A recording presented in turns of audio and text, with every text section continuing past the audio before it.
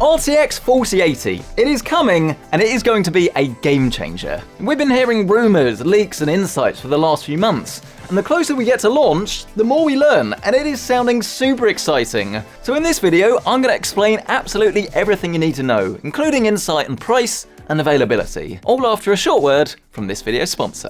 MSI's S-series of liquid coolers are here, and boy, do they look good. Thanks to the built-in display, you can see hardware info, GIFs, videos, and so much more. Your PC really has never been cooler. Learn more today with the link below. Righto then, let's talk GPUs. Nvidia will soon be announcing 3 new graphics cards, each with a new GPU baked within. They use a next-generation architecture, dubbed Ada Lovelace, and these will be more powerful than ever, in every sense of the word. This will be achieved using a smaller N4 5nm process from TSMC, which will make these chips more efficient than ever, with a larger amount of cores for increased graphical horsepower.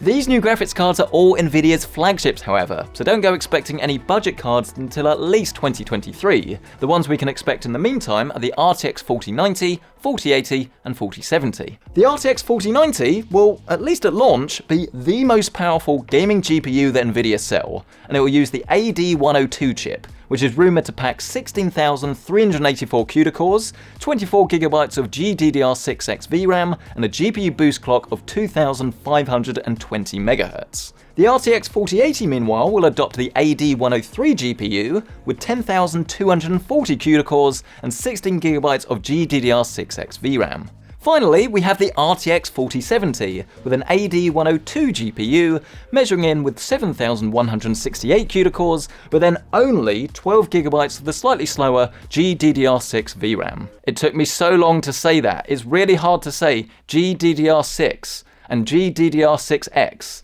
My poor editor has had to put up with 20 minutes of mistakes.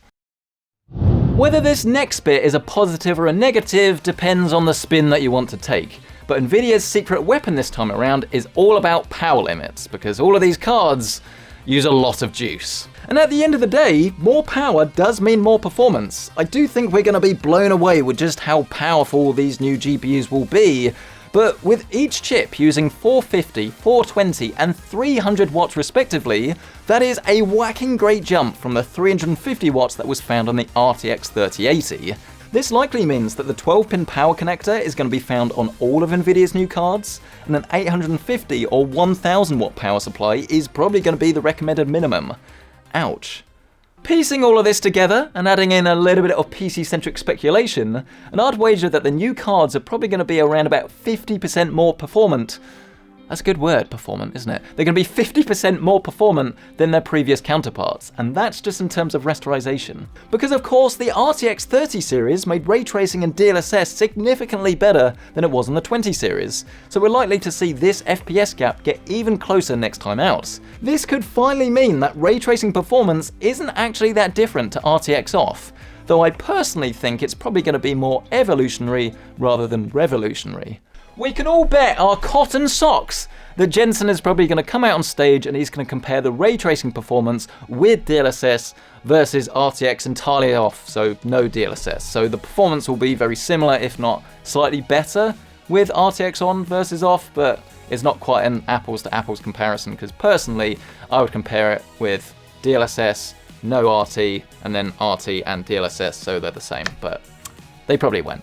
In terms of real-world FPS, what these cards need to be able to do very, very clearly is be miles better than consoles. And in my eyes, this means that they need to deliver 4K gaming at a minimum of 60 FPS in every single title, which I don't believe to be a tall order when the graphics card itself is more than a next-gen console. Or is it current-gen console? They've been out for 2 years. Current-gen console.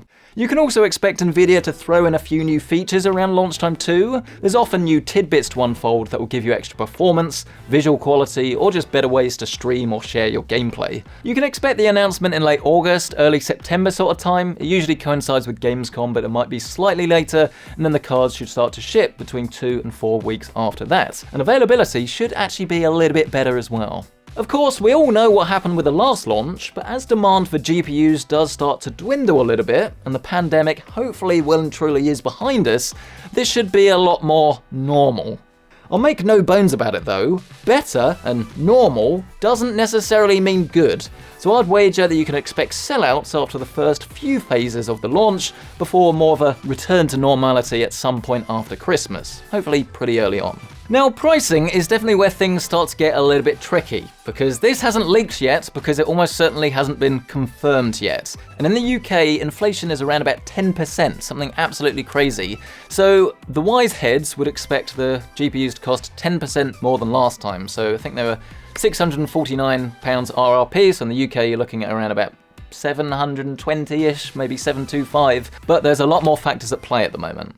On one hand, the GPU shortage has inflated prices to sky-high levels, so Nvidia knows that people will pay big bucks for their GPUs. But then on the other, people have already bought their graphics cards now, and the globe is recovering from the pandemic, petrol and gas are at crazy high prices, and people's wallets are just not full of Nvidia-centered disposable cash. And then arguably an even bigger factor, used graphics cards. Because of the crypto crash, the used marketplace is, and will be for the foreseeable future, flooded with current generation GPUs, and the prices on these will just get lower and lower. So essentially, Nvidia will be competing against their own products.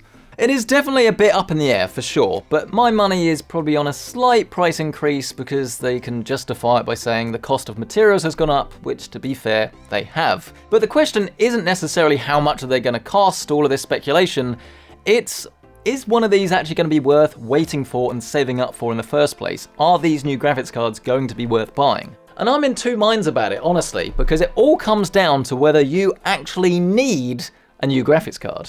Because in my eyes, there's just such a huge gap between budget 1080p gaming and super duper 4K 240Hz ultimate kitchen sink gaming that requires an insane amount of horsepower. If you're wanting to build a top-end rig, then obviously you're going to want the best levels of performance. But if you're currently sitting at 1440p, 120Hz, and your current graphics card is exceeding this, then do you need to upgrade out of the gate?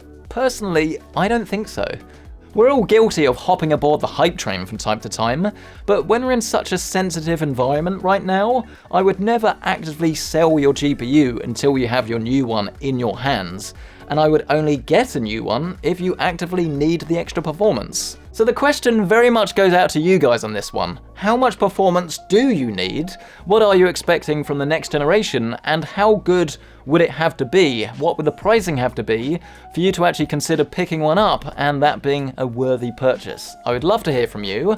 If you want to see my review of the RTX 4080 as soon as it lands, you can rest assured that I will be getting one in, and that review will go up at launch day. But otherwise, absolutely smash the like button, join the PC-Centric Discord, you can find my link down in the description below, check out current pricing on everything in my setup while you're down there, and just check out all of my social links. And while you're down there, why not give your rig the cooling it deserves? Available in 280 and 360mm sizes, MSI's Core Liquid S series is perfect for high-end processors wanting to remain cool and quiet, all while looking absolutely out of this world. Get yours today with the link below. Thank you so much for watching this video. I'll catch you in the next one.